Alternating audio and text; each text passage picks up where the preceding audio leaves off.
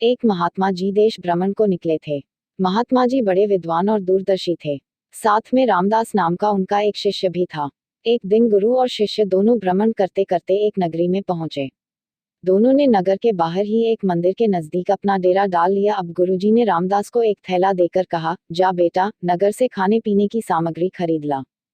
पैसे कम देखकर रामदास ने कहा कि इतने कम पैसों में खाने पीने की भला क्या सामग्री आएगी। लेकिन उनके पास और पैसे थे ही नहीं, सो मजबूरी थी।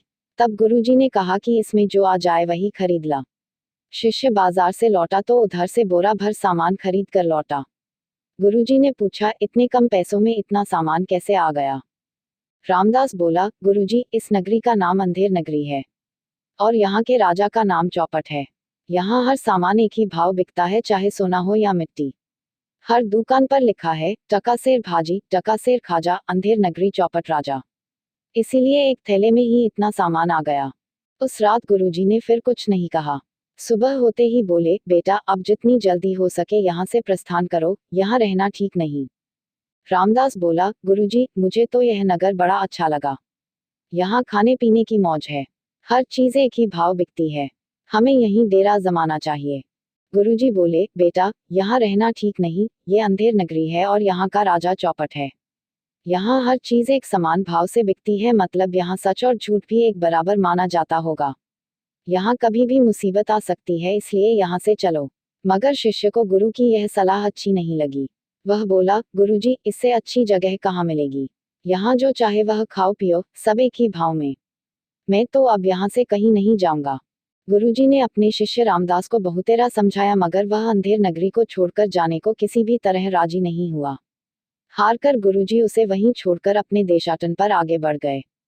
गुरुजी के चले जाने के बाद शिष्य रामदास रोज दोपहर चिमटा बजाता हुआ भिक्षाटन के लिए बाजार में निकलता और भिक्षा में मिले हुए पैसों से खूब हलवा पूरी, मिठाई और दूसरे पौष्टिक चीजें खाता।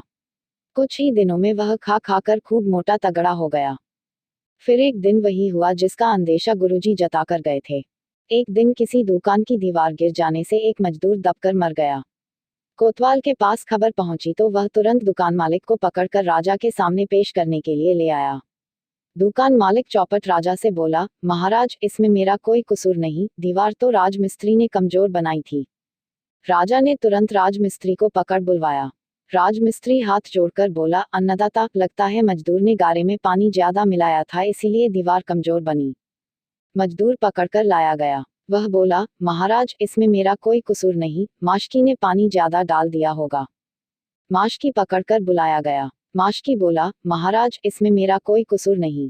जिस समय मैं गारे में पानी डाल रहा था, उसी समय रामदास नाम का एक बाबा चिमटा बजाता हुआ वहां से गुजरा, जिससे मेरा ध्यान बंट गया और गारे में पानी ज्यादा हो गया।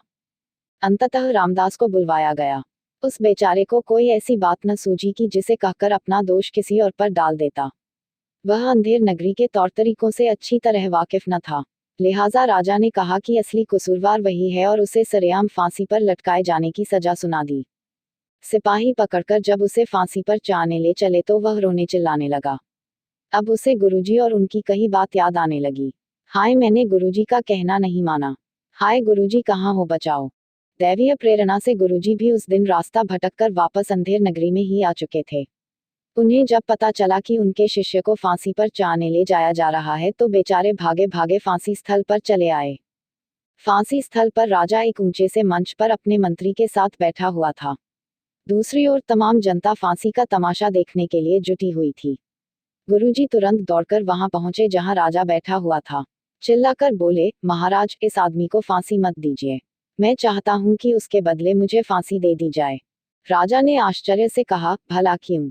आप इसकी जगह पर क्यों मरना चाहते हैं? गुरुजी गंभीर मुद्रा बनाकर बोले, ये गूढ़ रहस्य की बात है महाराज, आप जानकर क्या करेंगे? आप तो बस जल्दी से जल्लाद को आदेश दीजिए कि रामदास को हटाए और मुझे फांसी चढ़ाए। अब तो राजा की उत्सुकता और बढ़ गई। बोला, वह गूढ़ रहस्य जल्दी से मुझे बताओ, वरना तब तक न मैं रामदास को फांसी चढ़ने दूंगा न तुम्हें। गुरुजी ने फिर राजा को टालमटोल करने की कोशिश की, लेकिन राजा वह गूढ़ रहस्य जानने की जिद पर अड़ गया। आखिरकार गुरुजी राजा के पास जाकर धीरे से बोले। गुरुजी बोले, महाराज, मैंने अभी अभी ज्योतिष गणना करके यह पता लगाया है कि आज इस समय की घड़ी मरने के लिए बहुत ही शुभ है। आज इस घड़ी में जो मरेगा वह सीधा स्वर्ग जाएगा। इसलिए जल्दी कीजिए, मुझे फांसी चढ़वाए ताकि मैं सीधा स्वर्ग जा सकूं। समय बीता जा रहा है, कुछ ही मिनट शेष है। वाह जी वाह, राजा हाथ नचाकर बोला, इतने गूढ़ रहस्य की बात मुझसे छिपाकर चुपचाप चोरी चोरी स्वर्ग चले जाना चाहते थे। जानते हो, यहाँ का राजा मैं हूँ। स्वर्ग जाने का सबसे पहला अधिकार मेरा है, समझे। अब फांसी तुम नहीं चाहोगे, फांसी मैं चढ़ूंगा।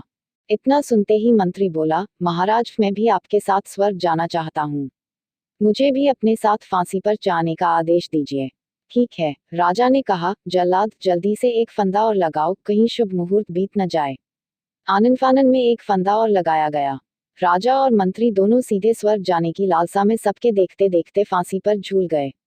उधर मौके का फायदा उठाकर गुरु और शिष्य दोनों चुपचाप उस अंधेर नगरी से खिसक लिए। दोस्तों, वीडियो पसंद आया हो तो वीडियो को लाइक कर दे। इसी तरह के वीडियो देखने के लिए चैनल को सब्सक्राइब कर ले। धन्यवाद।